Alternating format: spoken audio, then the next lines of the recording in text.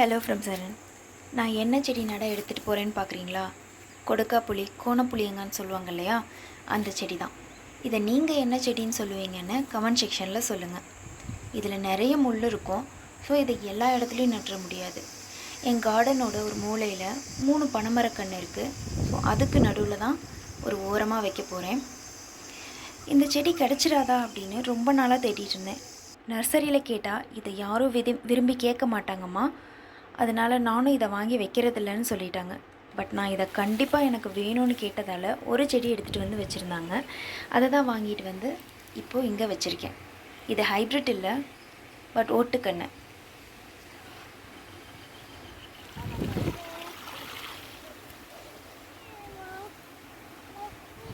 அடுத்ததான் பன்ருட்டி பலா. வியட்நாம் பலா செடி தரையோடு உடஞ்சிருச்சுன்னு ரொம்ப ஃபீல் பண்ணி ஷார்ட்ஸில் போட்டிருந்தேன் இல்லையா, ஸோ அந்த இடத்துல நடுறதுக்காக தான் இதை வாங்கிட்டு வந்தேன். ரொம்ப அழகாக துளிர் விட்டு நீட்டாக இருந்துச்சு. பட் வியட்நாம் பலா செடியோட வேர் காயவே இல்லைங்க. இருந்தாலும் அதை அப்படியே விட்டுற முடியாது. ஏன்னா தண்டு வரைக்கும் மண் மூடி இருக்குது. சூரிய ஒளி படலை அப்படின்னா தலையாது. ஸோ அதை பிடுங்கி எடுத்து தான் ஆகணும். அதில் வேர்க்கரையான் பிடிக்காமல் இருக்கிறதுக்காக ஒரு சின்ன கற்றாழை செடியை அதில் நட்டு வச்சுருந்தேன். ஸோ அதை தனியாக எடுத்து வச்சுட்டு அந்த வியட்நாம் பலா செடியோட வேரை மட்டும் அந்த மண்ணோட, அந்த கவர் செடி வாங்கும்போது கவரில் மண் இருக்கும் இல்லையா, அந்த மண்ணோட தனியாக பேத்து எடுத்து வச்சிட்டேன். வேர்லாம் நல்லா ஃப்ரெஷ்ஷாக நல்லா இருக்கு. ஸோ அதே குழியில் பார்த்திங்கன்னா பன்ருட்டி பலா செடியையும் நட்டு வச்சாச்சு.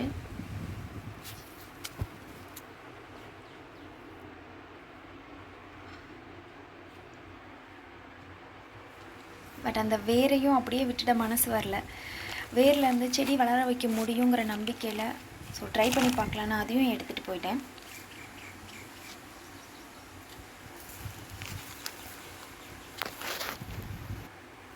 அடுத்த செடி யானைக்காதத்தி. ரொம்பவே குட்டி செடி. அந்த க்ரோ பேக்கில் கொடுத்துருந்த மண்ணில் பாதி வர தான் வேரே இருந்துச்சு. தெரியல எப்படி வளரும் அப்படின்னு. பட் நல்லா வளர்த்துருவேங்கிற நம்பிக்கையில் அந்த செடியும் நட்டுட்டேன். வேர் இல்லாத அந்த மீதி மண்ணையும் செடி நட அதே இடத்துல யூஸ் பண்ணிக்கிட்டேன்.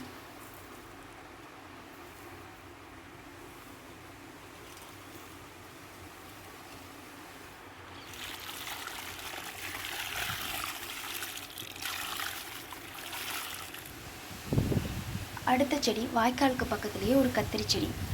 இது வந்து ஒரு ஹைப்ரிட் வெரைட்டி. கத்திரிக்காய் நல்லா பெருசாக காய்க்கும்னு சொன்னாங்க. சும்மா ட்ரை பண்ணி பார்க்கலாம் அப்படின்னு வாங்கிட்டு வந்தேன். அதையும் நட்டாச்சு, தண்ணியும் விட்டாச்சு.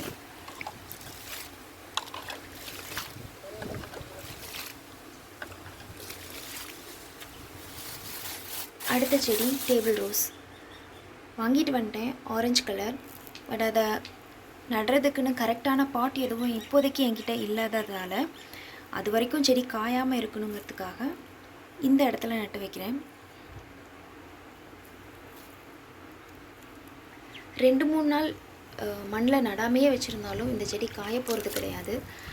பட் நான் பாட் ரெடி பண்ணுறதுக்கு எவ்வளோ நாள் ஆகும்னு தெரியாதுங்கிறதுனால நான் நட்டு வச்சுட்டேன். தேன் பலா செடிக்கு பக்கத்தில் தான் நட்டுருக்கேன்.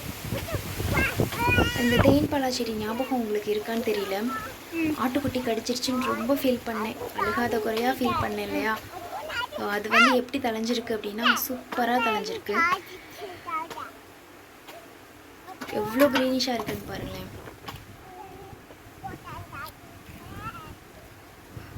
குட்டி குட்டியாக நிறைய புது தளிர் விட்டுருக்கு. வேர்கிட்ட இருந்து கூட வந்திருக்கு. ஸோ இதுதான் வேர் பலான்னு சொல்கிறது போல இருக்குது. அடி தண்டில் இருந்து கூட புது தளிர் விட்டுருக்கு. இது பார்த்திங்கன்னா அவரை செடி அவரை பூ நிறைய விட்டுருக்கு.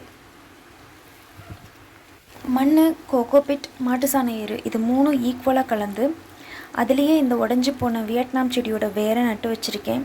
கொஞ்சம் மேலாப்பில் தான் நட்டுருக்கிறேன். வளருங்கிற நம்பிக்கையோட அது வளருதா இல்லையான்னு ஃப்யூச்சர் வீடியோஸில் கண்டிப்பாக ஷேர் பண்ணிக்கிறேன். சப்ஸ்கிரைப் பண்ண மறந்துடாதீங்க. லைக் பண்ணி கமெண்ட் பண்ணுங்கள். நன்றி.